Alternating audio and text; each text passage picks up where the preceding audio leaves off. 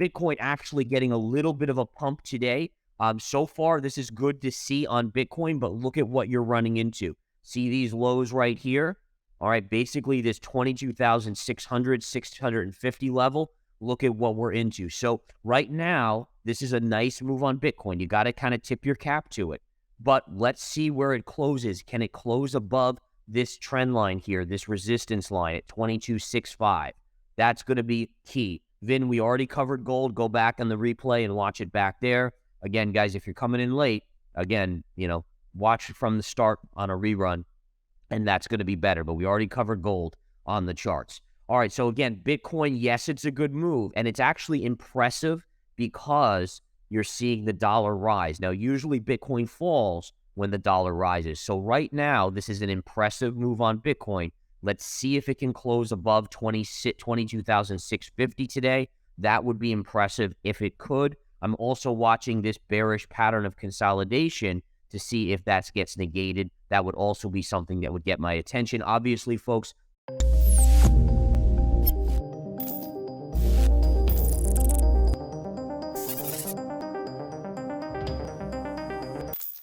just when Bitcoin seemed likely headed for points south, investors sent the largest cryptocurrency by market capitalization upward, largely on the strength of a short squeeze. BTC was recently trading at about $24,625, up more than 11% from Tuesday, same time. Bitcoin last traded over $24,500 in August.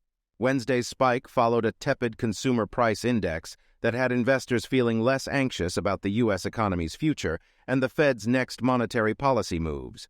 Hello and welcome to Money Talks. In today's video, founder and chief market strategist at InTheMoneyStocks.com and Verified Crypto Investing, Gareth Soloway updates about Bitcoin's current market standing, the final bottom in crypto, and his outlook for Bitcoin in 2023. All right, let's go to Ethereum's chart, see what Ethereum has in store for us. This is also a huge day on Ethereum. Huge. Okay, the reason why it's so big is because, number one, we hit support right here a few days ago, right? Right in here. You hit support. Now look at the bounce, which is what you're supposed to get. You hit support, it's like running into a wall. You should bounce off the wall, and in this case, it's an up move. The big thing to watch, look at the upsloping trend line. Do we close above that upsloping trend line today? That's the question. If we do, that could be short-term bullish for Ethereum, and it can start trading inside of this range again. So the line I have, and again, my line may not be 100% accurate, but we're going to call it at 1575.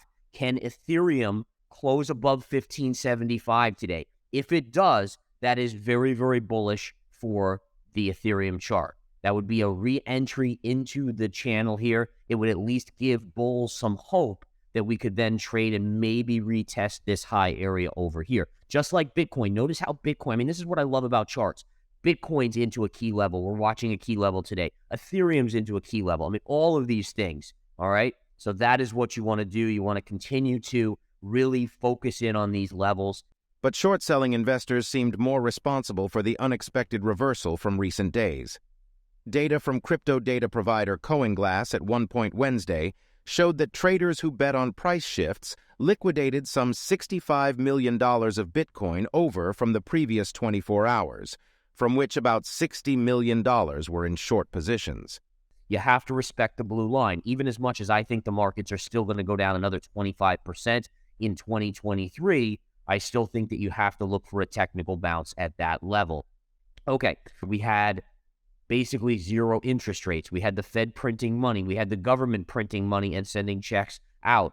We had, people able to buy homes at essentially, 3% or under mortgage rates. We now have 7% mortgage rates for 30-year loans. So there's a lot of different things here that the markets are dealing with, which is why I would be very concerned. I would not buy into this is a repeat of 2021 in terms of the money flow that can go into stocks. And that even crosses over to something like Tesla. If we go to Tesla, Tesla had a great move and is continuing to have a nice little move. It's actually up pre-market this morning. But the problem is that you don't have the same financial conditions that you had when you were up at the all-time highs. So for me, we hit resistance. Look at this line right here. We hit resistance right here. We pulled back. If we make one more move up, you're looking for around the 222 to 223 resistance level. That is a very strong, this area, anything from 210 to 222 to 223, huge resistance. And I am a shorter. Absolutely, I will 100% short this thing. That is not even a question in my mind. I will absolutely continue to short it up here, expecting a bigger pullback. The pullback, when it comes in, not only are we going to go back and fill probably the 144 gap fill, but I still have it projected out that before this bear market is over, we will see Tesla down probably sub $100, maybe as low as $65. And while equity markets were less adventuresome overall, with the tech-heavy Nasdaq and S&P 500 both closing up less than a percentage point, crypto-related stocks soared, with both exchange Coinbase and Bitcoin miner Marathon Digital Holdings increasing 17% and 18% respectively. Business software company MicroStrategy, a major BTC holder, recently rose more than 9%. All right, next up, let's take a look at the chart of gold here. Gold is having a nice drop. Love the drop on gold here, guys. I've been saying it would pull back from when we were at the highs of 1950. Notice the parallel trend, right? Trend line here, matching this trend line right here. Where did price go? Right to that trend line of resistance. The chart was telling us that, again, we were likely going to see a pullback. Now, you know, I've been a bull on gold going back to late 2021. I said it would be the best performing asset in 2022 compared to Bitcoin and the S&P. It certainly was. And I've said that it will be the best performing asset in 2023 as well when comparing S&P and Bitcoin. Now, that doesn't mean it's not going to pull back. So when I say it's going to pull back, it's not that I'm changing my mid to long-term projections. It's just saying that short-term, the chart was overbought, right? I mean, you were at the lows of this channel. You went to the highs. Well, it should pull back, right? I mean, that's what the chart's telling us. And the charts, by the way, are always right. My gut, my heart, my this, my that doesn't matter. The market doesn't give a crap about what our gut tells us or our heart wants. It does what it does. And the technicals get us through that. Okay, so the bottom line is, folks, here, we are looking at a pullback on gold today. I do have a buyable level coming down here. And again, that buyable level around 1810 to 1800, that's a starter position. We're only we're only $20 away from that at this point in time. So $20 more on gold, and I'm going to start accumulating my long positions again. Let's take a look at the dollar. The dollar, I have said, has a bull flag. And I've said this in my interviews recently. I've said this in my daily analysis videos. I've said this across the board. And look at the dollar starting to break out. See the bull flag, guys? That is a classic bull flag. 1, 2, 3, 4, 5, 6, 7. Again, notice how sevens repeat over and over again. This should pump you up because you have a discovery. When you learn how to find time counts, you have a discovery that even most institutions don't know.